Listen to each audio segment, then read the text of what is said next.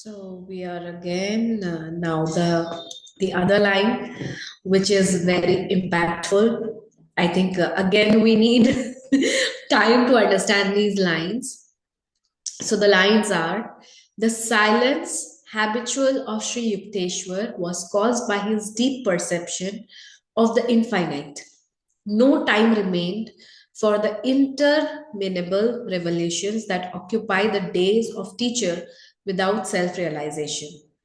Means we look at our gurus like guru, they are teaching us, they are taking care of us. But if you see at their individual journey, they are also having a lot of realizations at their own level, which they are also learning.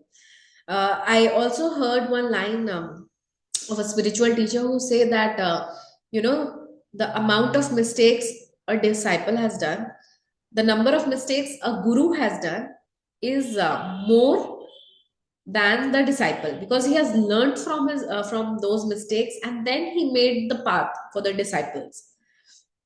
And the next line: in shallow men, the fish of little thoughts cause much commotion.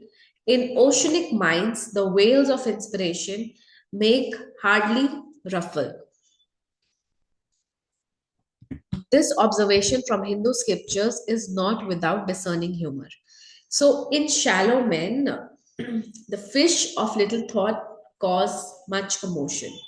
Means people with shallow minds, those who lack depth or wisdom, get easily disturbed by small, insignificant thoughts or problems. Even a tiny idea or worry can create big drama or emotional disturbance in them, like a small fish making a lot of splashing in a shallow pond. Have you seen small fishes, how they do in the pond? They move a lot, they make a lot of movements in water. So, men who minds that lack wisdom, minds that do not have that much of depth of thought, so what, even a little bit worries around them, they become restless, they become anxious. So, in shallow men, the fish of little thoughts cause much commotion. In oceanic minds, the whales of inspiration make hardly ruffle. Those with deep, wise, and calm mind remain peaceful and steady even when they have huge, powerful thoughts or inspiration, like a giant whale moving smoothly through the vast ocean without creating chaos on the surface. So people who have gained wisdom, who have a lot of information, who have a lot of knowledge, so their movement, when they move or they do things, you'll not see any movements like how you see in small fishes. This observation from Hindu scriptures is not without discerning humor. This means this teachings comes to ancient Hindu wisdom. It's humorous yet insightful way of pointing out the difference between small and great minds. So, in short, we can say small minds are easily disturbed by small things. Great mind stay calm when dealing with big things. So this is the message that Guruji wants to share.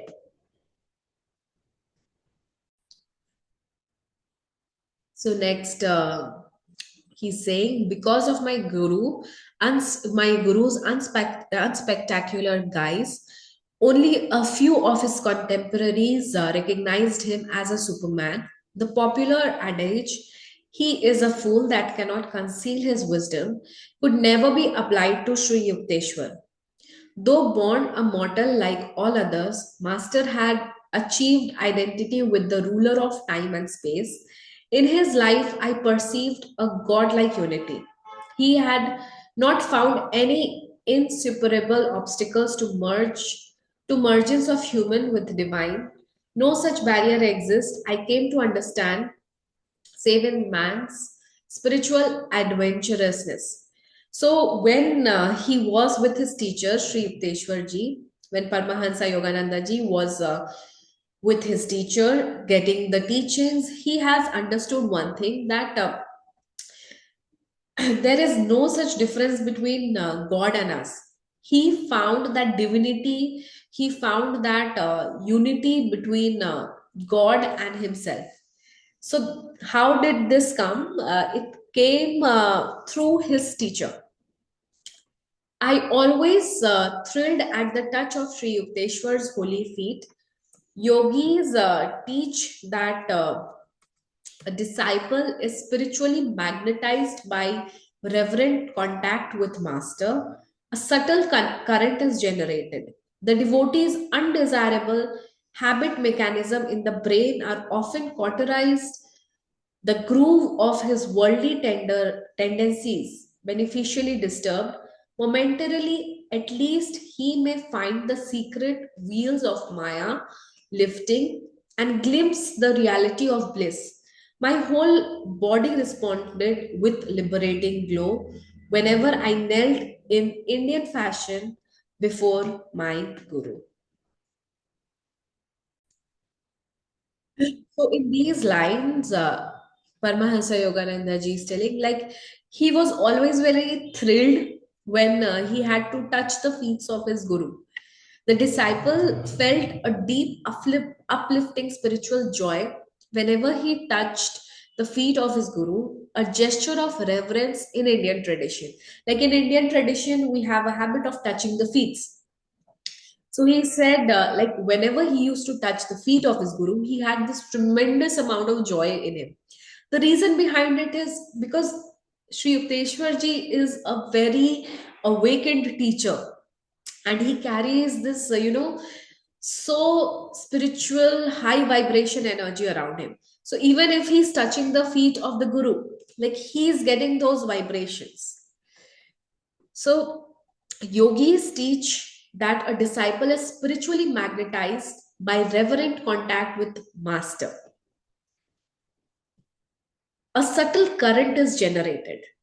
When a true disciple connects with a realized master with love and devotion, an invisible spiritual energy, a divine current flows between them like a transfer of high vibration. Like what I said earlier, the moment he touches the feet, he gets a subtle vibration, a spiritual current, you can say. The devotee's undesirable habit mechanism in the brain are often cauterized. The groove of his worldly tendencies beneficially disturbed. This means that the disciple's negative thought patterns, habits, and worldly attachments starts to dissolve. The spiritual energy from the master helps to burn away, cauterized means to burn away old conditioning, cleansing the disciple's mind. So, what happens the moment the disciple touches the feet of the Guru? Whatever old negative thought patterns he's carrying, or like, he's fighting in his mind, it just gets washed away. It just gets cleansed. Momentarily, at least he may find the secret wheels of Maya lifting and a glimpse of reality of bliss. So, we all know Maya means illusion, the worldly ignorance that hides divine truth. Like we say, no, ye to sab moh Maya hai, means only it gives happiness to the mind, it has nothing to do with your soul. So, in Master's presence, even for a short time, the disciple may experience spiritual awakening, a glimpse of divine bliss, and reality beyond illusion. So, the moment in the Master's presence, for even for a short time, the disciple may feel a spiritual awakening. He may feel a bliss whenever, like, we visit ashram or we go to teacher's place, spiritual guru's place, we feel those energies. So this is what actually happens. So if we summarize it, it is like through humble contact with the guru, a disciple receives subtle divine energies that purifies the mind, weakens worldly habits, and opens the door to spiritual bliss and truth. So these lines, the Paramahansa Yogananda ji is trying to communicate us this thing. Are you seeing that chapter 12 is carrying so much messages and information? Like for me also, just to cover, you can say these 6 lines, it is like I have read an entire page. And I hope it goes to your soul, it goes to your subconscious, and you can just absorb these energies, absorb this information, and you can understand why a guru is so important for you in your life, a spiritual guru. And a right spiritual guru who will guide you through your path of spirituality. Like, see how in this book it is connecting. Like earlier it talked about spiritual reality and obscure mysticism, means things which look spiritual but they are not. So once you differentiate between those two things, then you can find the true guru. Like you are feeling this person is my spiritual mentor, this person is my spiritual guru, but it could be like this is obscure mysticism, means fake reality. Once you are above that thing, once you are above that fake reality, then you come to know, then you come close to your actual guru. And then that teacher will guide you through your life, through all the, your weaknesses, your mental inabilities. That teacher will help you through the teacher's vibration, through the teacher's energy. Your life will change. So again, I'll take a pause over here and we'll connect in the next video.